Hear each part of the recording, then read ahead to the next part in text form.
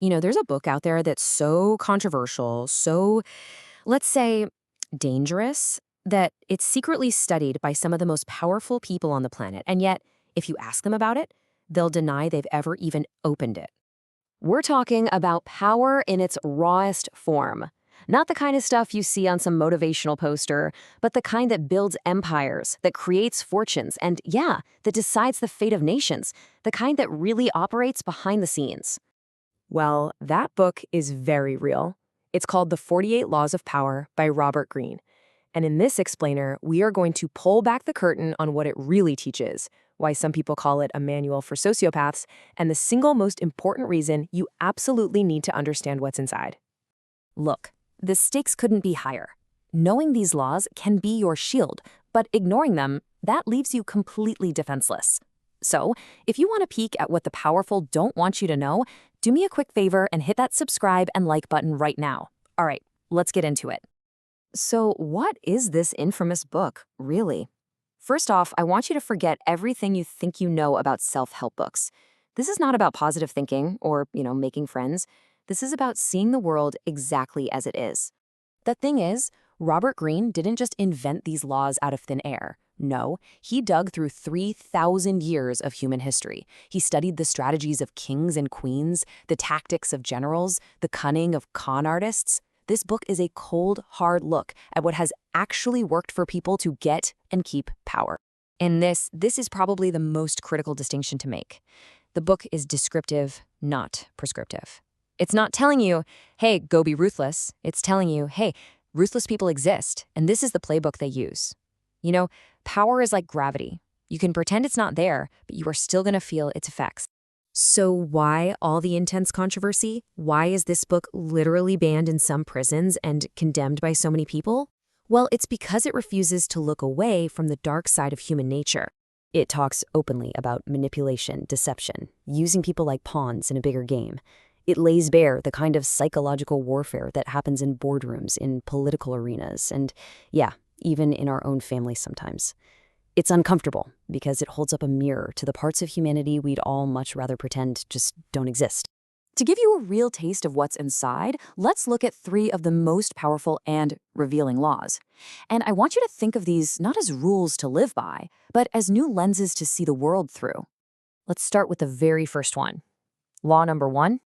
Now, this is a lesson that a lot of really ambitious, talented people learn the hard way. It's all about managing the people who have authority over you. Okay, so what this really means is that your own talent can be a threat to others. If you make your boss feel insecure about their own skills, they're not going to see you as a rising star. They're going to see you as a threat. The real strategy is to make them look brilliant, even when you're the one doing all the heavy lifting. Here's something to try. Next time you're in a team meeting, just watch who gets credit for ideas. You'll notice the smartest people in the room often frame their contributions as just building on their boss's great vision. Okay, next up, we've got a law that's all about the power of mystery and, well, silence. This is all about playing your cards very, very close to your chest. Think about it. If people know exactly what you're planning, they can prepare for it, they can counter it, or they can just try to sabotage it. But if they have no clue what your real goal is, they can't defend against it. This keeps your opponents guessing, totally off balance. Try this little experiment for just one day. Make a real effort to speak less than you have to. Don't offer up your opinion unless you're asked. Just listen. Just observe. You will be absolutely amazed at what people reveal when you're not busy broadcasting your own thoughts. And now, for what is maybe the most ruthless-sounding law in the entire book.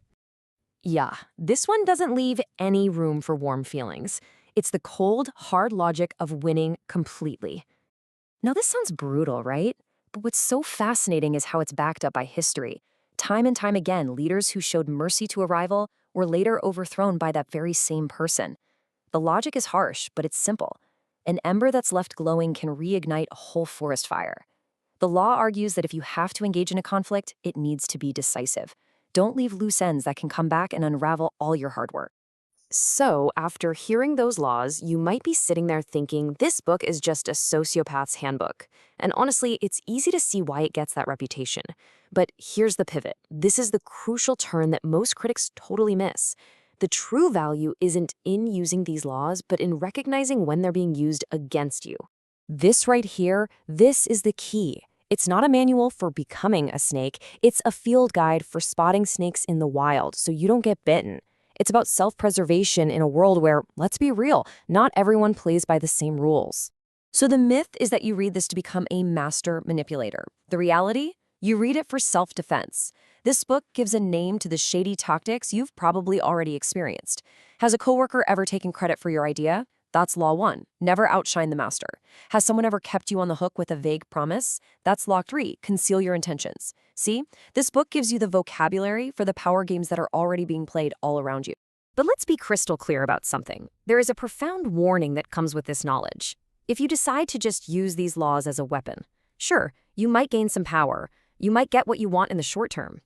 You will become isolated. People might fear you, sure, but no one will ever truly trust you.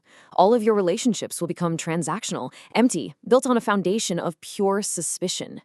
And maybe the worst part of all, you will lose your peace of mind. You'll live in a constant state of paranoia, always watching your back, seeing enemies hiding in every single shadow. You might win the game of power, but you're going to lose yourself in the process. So, after all that, where does that leave us? What's the final verdict on the 48 Laws of Power? The book itself doesn't make people corrupt. It just reveals who they are. The real danger is walking through the world completely naive to the games being played.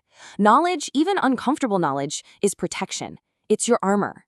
And this analogy just nails it. The laws of power are a neutral force. The morality isn't in the tool itself. It's in the hands of the person who wields it. You can use this understanding to build people up, to protect yourself, and to lead with awareness. Or you can use it to burn everything down. Ultimately, the choice is yours. The question isn't whether power exists. It does. It's all around you, every single day. The only real question is, now that you can see it more clearly, what are you going to do with that knowledge?